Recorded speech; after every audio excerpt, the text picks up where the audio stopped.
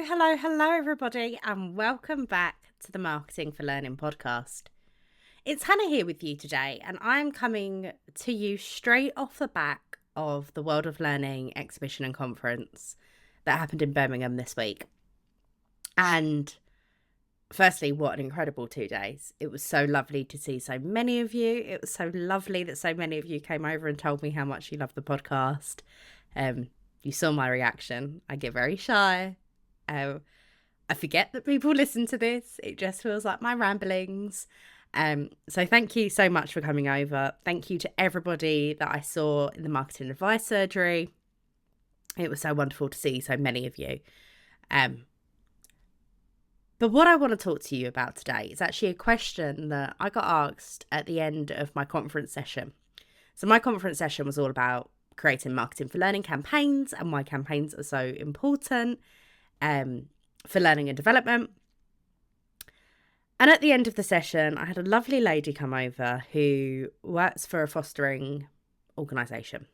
And she asked me whether the amount of marketing we do and the length of time that we do it for changes depending on the audience size. And I don't think she's the first person to think this. I think perhaps a lot of people that listen to this podcast might be thinking, my audience isn't that big. I don't need to worry about doing a full campaign. I don't need to worry about making sure I hit the rule of 7. I don't need to worry about making sure I'm doing it for at least 3 months. And I just want to talk about why it doesn't matter what your audience size is. Marketing for learning can definitely still help you, but you definitely shouldn't be cutting corners.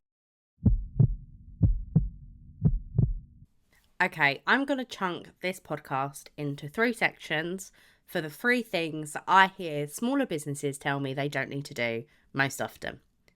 And that is research, developing personas, and creating campaigns. So let's start with research. No matter your audience size, unless you're working in a team of 10 people, it is going to be impossible for you to really deeply know each and every employee. And to do really effective marketing, you really need to know your audience. You need to know what gets them out of bed in the morning. You need to know what they're struggling with at work. You need to understand their wants, their needs, and their pain points. Not just for the sake of developing personas or for doing marketing even, but for your learning design, for your learning strategies, for making sure you're aligning the business goals with your audience's desires. You really need to know your audience, and there's no better way of doing that than talking to people. Getting in front of them, having a chat with them. There's no quick fix. There's no easy way to do it. You can send out surveys, that makes it a little bit faster, but you still need to read through the responses and make sure that you're understanding what people are telling you. But when you work for a small business, let's say you've got 1,000 employees or maybe 2,000, it's a lot easier for you to get a much larger percentage share of your audience to come along to these focus groups and talk to you. And perhaps you do have a little bit more understanding of the entire lay of the land of your organisation. So why cut the corner that's really going to help you accelerate your marketing efforts and accelerate your learning efforts for the sake of not wanting to do 20 focus groups? When you say 20 hours, that feels like a lot. It's almost a working week. But let's say you did 5 meetings a week for 4 weeks. You've then, in 4 weeks, got a real deep understanding of what's going on in your audience's minds. What's going on? Why aren't they getting involved with learning? They'll probably tell you time, but you've got to dig a bit deeper and you'll get a better answer than time, I promise. Don't cut this corner. It baffles me.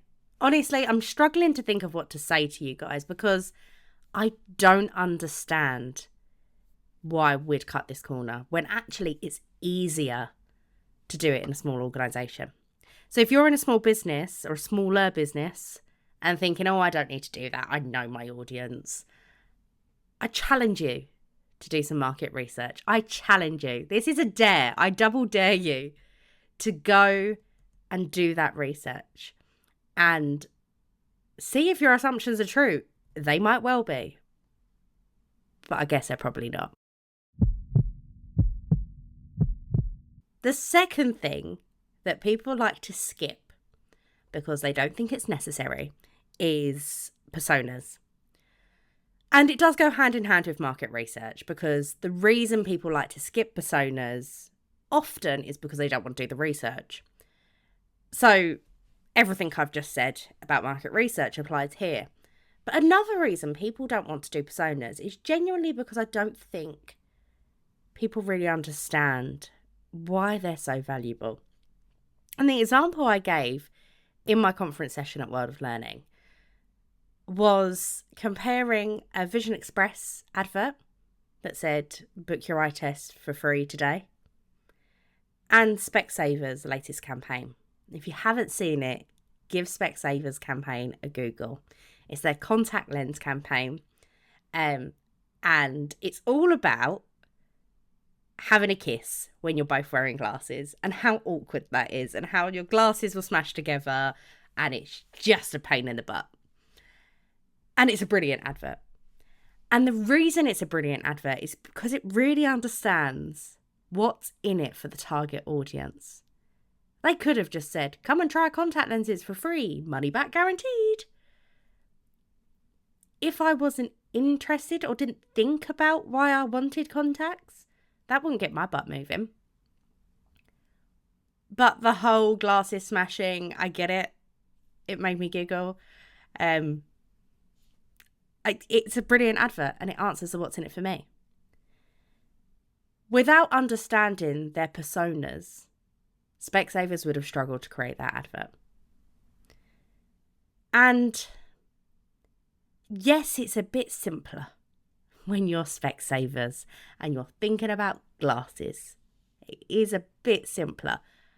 Maybe everyone that wears glasses isn't in a relationship and doesn't want to be kissing anyone.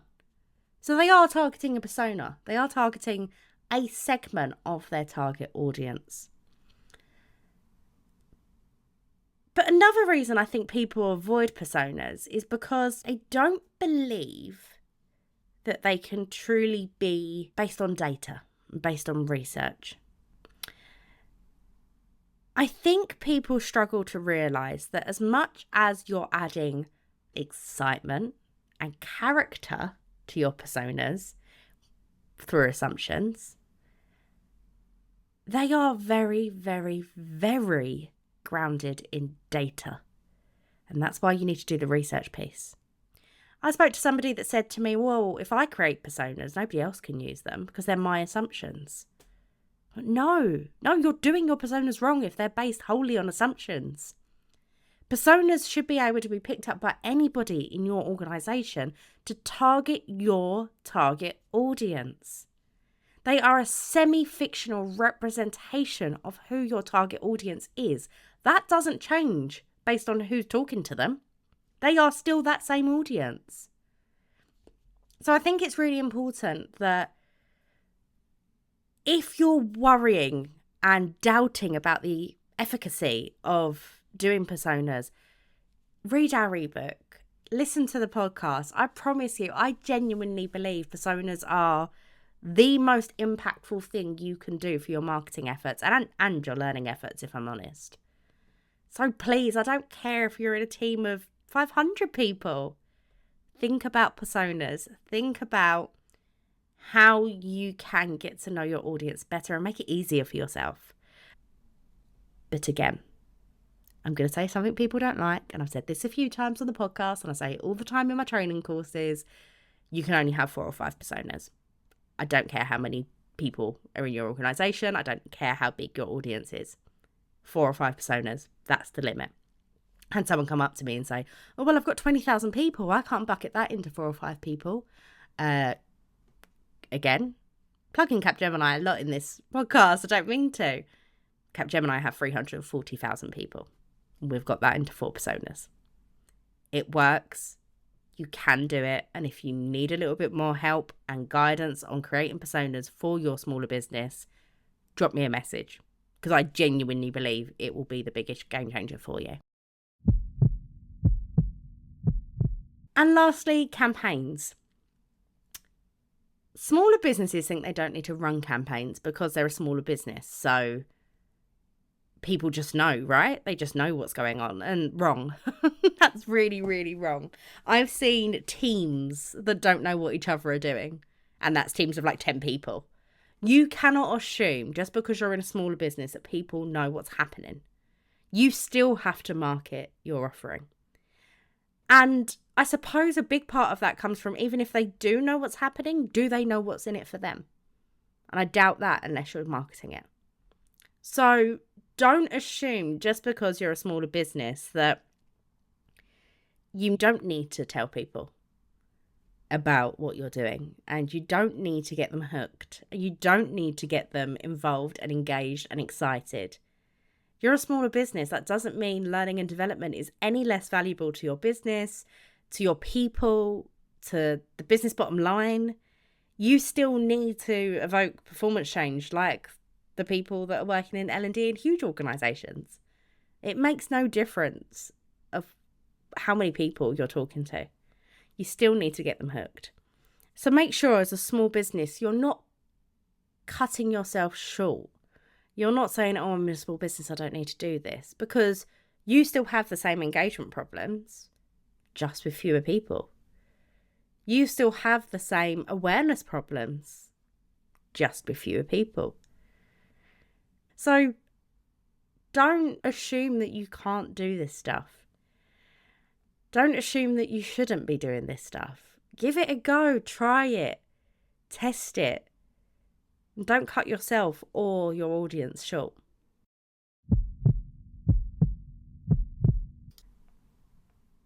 So I feel like maybe, if I'm being honest with you all, this podcast is a little bit of me getting on my soapbox, and it's a little bit of frustration because I have had a few conversations over the last few days of how do I do this for my small business or smaller business? And my simple answer is exactly as you would if you were a larger business. I believe if you've got an L&D team, you need to be thinking about marketing. It's really as simple as that. You need to be doing marketing and integrated marketing thinking into your L&D function. No matter your audience size, no matter your team size, there is a real lack of understanding about why learning is important across society. People have branded us as compliance training, if I'm honest.